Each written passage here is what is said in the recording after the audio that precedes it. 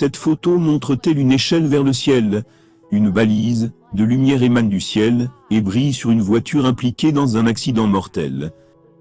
C'est une mauvaise violente collision. Savez-vous s'il y a eu des blessés? Je suis sûr qu'il y en a, vu l'état très mauvais des lieux. Un bébé de 9 mois, sa mère, et la meilleure amie de la mère, toutes, ont perdu la vie dans le tragique accident. Pour les familles en deuil, il n'y a pas de doute, au vu de ce que montre cette saisissante photo. La photo montre qu'elles ont pris le chemin vers le paradis, elles sont allées directement au paradis. La collision s'est produite le mois dernier. Une élève du secondaire, Anissa Ganon, était en route pour le boulot, à Gainesville en Géorgie, quand elle est tombée sur la scène de l'accident. Le côté de la voiture était complètement écrasé. Les témoins ont appelé les urgences. Pensez-vous que le chauffeur est décédé? Il y a 2 d'entre eux, et un bébé à l'arrière. Une nouvelle maman de 23 ans, Anna Simon, amenait sa petite fille, Alana, pour un contrôle de routine chez le médecin, quand la police dit qu'elle a perdu le contrôle de sa voiture, et a écrasé la tête en avant sur un camion. Le passager dans la voiture était sa meilleure amie, Lorraine Bateau. Elle a aussi été tuée sur le coup. Anissa dit qu'elle a pris la photo avec son téléphone portable, pour prouver à son patron qu'elle avait une bonne raison d'être en retard. Elle ne savait pas que des gens étaient morts. Et elle dit qu'elle n'a pas remarqué le faisceau de lumière que jusqu'à ce qu'elle le montre à sa tante Tara. Ça ressemble, comme si elles sont allées au paradis. Je suis vraiment très nerveuse. Anissa a décidé qu'elle devait montrer la photo aux familles des victimes.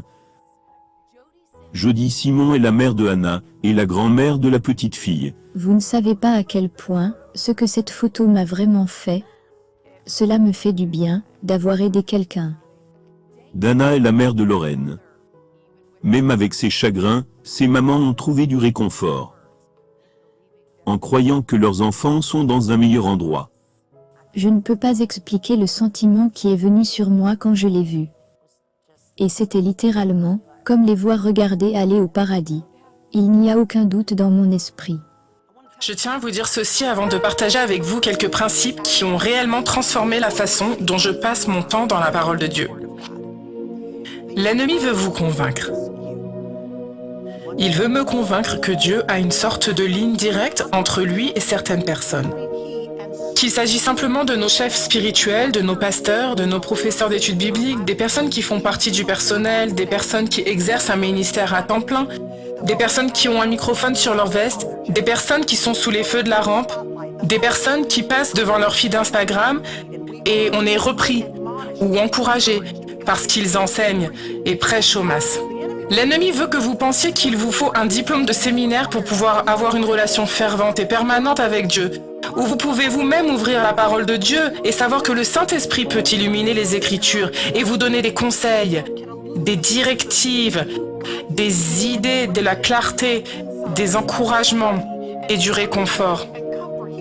Il veut que vous pensiez que ce genre d'amitié fervente avec Dieu n'existe que pour certaines personnes, car il sait que tant que vous et moi ne serons pas convaincus que nous pouvons entendre une nouvelle parole de Dieu pour nous-mêmes, alors au mieux, nous serons handicapés dans notre foi, parce que nous attendrons toujours que quelqu'un d'autre nous donne la parole de Dieu à la petite cuillère, au lieu de savoir que nous pouvons avoir confiance dans notre amitié et notre relation avec Dieu lui-même. Et je veux les partager avec vous. Positionnez-vous pour entendre la parole de Dieu. Je le répète, positionnez-vous pour entendre Dieu. Il y a de la puissance dans votre positionnement, dans votre posture. D'accord, je vais dire cela dans un sens spirituel, mais je le veux aussi dans un sens physique. Quand vous venez à Dieu par sa parole, que vous allez le rencontrer à travers les pages de l'Écriture, alors c'est votre temps de tranquillité personnelle. Vous venez peut-être de vous asseoir dans votre lit et vous allez passer 10 ou 15 minutes avec le Seigneur, ou vous allez sortir de votre chambre pour aller à la table de la cuisine, peut-être dans le calme du matin ou le calme du soir. Quand toute l'activité de votre maison s'est un peu calmée, vous allez vous positionner sur une partie de l'Écriture. Et je vais vous dire dans quelques instants comment vous pouvez choisir une partie de l'Écriture pour vous y plonger.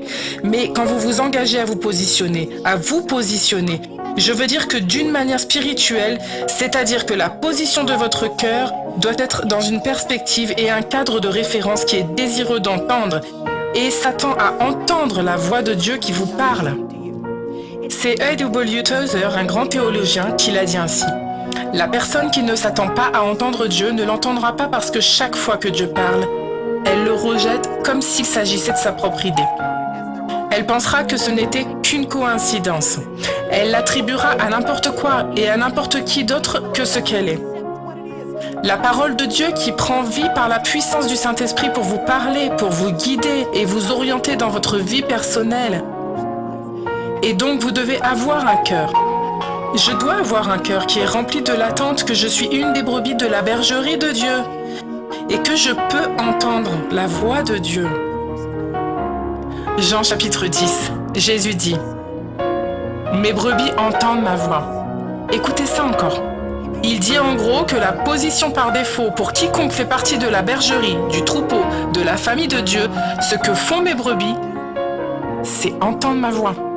C'est l'un des stratagèmes de l'ennemi pour vous faire croire que vous devez être quelque chose de plus, être autre chose, avoir une perspective différente ou une personnalité différente ou être quelqu'un d'autre pour exceller d'une certaine manière, pour ne pas avoir fait les erreurs que vous avez faites. C'est le stratagème de l'ennemi pour nous faire croire que nous devons être autre chose qu'un fils ou une fille pour avoir ce droit, ce privilège d'entendre Dieu nous parler à travers la parole. Nous devons donc prier et dire « Seigneur, veux-tu enlever de mon cœur tout obstacle qui m'empêche de croire dans mes moments de tranquillité habituels, que je sois en pyjama ou en jogging, dans mes chaussures de ville, quoi que je fasse et quelle que soit mon apparence, que je réalise le privilège de te tenir compagnie. Merci de nourrir, Seigneur Jésus, une amitié avec moi. Tu veux me parler, tu m'as donné une lettre d'amour pour que je puisse entendre ta voix et te connaître et savoir qui tu es. Merci Seigneur pour ce privilège. Et si mon cœur ne s'y intéresse pas, modèle en moi une sainte attente de désirer et anticiper le privilège d'entendre la voix de Dieu. Placez votre cœur dans l'expectative. Le psalmiste l'a exprimé ainsi dans le psaume 27. C'est l'un de mes versets préférés. Les versets 13 et 14, il dit « J'aurais été désespéré si je n'avais pas cru que je verrais la main de l'Éternel dans le pays des vivants. » Avez-vous vu cette attente-là? Il dit que j'aurais été désespéré, que j'aurais été sans espoir, que j'aurais été abattu, que mon apparence aurait été assombrie. Sauf que je m'attends à voir Dieu. Je m'attends à ce que j'entende Dieu. Je peux donc l'attendre patiemment parce que j'ai une anticipation, une attente que Dieu va venir à mes côtés. Le prophète Habakkuk a également parlé de cela. Si vous regardez son petit livre qui porte son nom dans l'Ancien Testament, vous verrez que le tout premier chapitre d'Habakkuk est un appel à Dieu. Il appelle Dieu et dit « Seigneur, combien de temps vas-tu laisser cela durer ?» Il regarde autour de lui la destruction qu'il voit se produire dans sa culture, dans sa nation. Si cela ne vous parle pas en ce moment, je ne sais pas ce que c'est. Vous et moi ne pouvons pas nous passer de toutes les écoutes de nos fils Twitter, de nos fils Instagram, des chaînes d'information que nous regardons et ne pas voir le tourbillon de chaos qui nous entoure. Habakkuk sait exactement ce que vous ressentez et il appelle Dieu et dit « Combien de temps, Seigneur ? On a l'impression que tu restes assis à ne rien faire et que tu vas laisser tout ça continuer. Et donc, Seigneur, je vais te faire part de mes préoccupations. Je m'ai souci de toi. Je vais être authentique. Je ne vais pas me retenir. Et c'est le privilège que nous avons dans la relation avec Dieu. Il nous laisse poser nos questions, exprimer nos préoccupations. Il sait que dans notre humanité, nous avons des soucis, des problèmes, des craintes. Et il nous laisse venir à lui et tout supporter. Mais après avoir tout supporté, le chapitre 2, Habakkuk dit « Maintenant je vais monter sur la tour de guet et je vais attendre de voir ce que mon roi va me dire, comment Dieu va me répondre. » Voyez-vous ça? Il se positionne pour entendre Dieu. Il dit « Je vais monter sur une tour de guet. » Et à l'époque biblique, il y avait une forteresse ou une citadelle qui se trouvait à l'avant d'une ville. Et elle était conçue pour qu'un soldat ou un gardien puisse grimper au sommet de cette tour de guet. Se positionner au-dessus des circonstances du sol. En d'autres termes, disait-il, il y a trop de chaos qui tourbillonnent ici-bas. Je vais être distrait si je reste positionné ici. Je vais donc grimper sur la tour de guet où je suis au-dessus des distractions du niveau du sol. Et je vais me positionner ici parce que de ce point de vue, j'aurai une vue dégagée sur l'horizon. Et je m'attends à ce que Dieu vienne. Je m'attends à ce que quelqu'un vienne qui me donnera une réponse. Et donc, à cause de cette attente, je vais me positionner dans un endroit et dans une posture où je peux entendre Dieu, où je peux voir sa main, où j'ai une vue claire et il n'y a rien pour me distraire. Positionnez-vous. Attente spirituelle et anticipation, mais pas seulement spirituellement. Comme Habakkuk, positionnez-vous physiquement. Voyez-vous cela?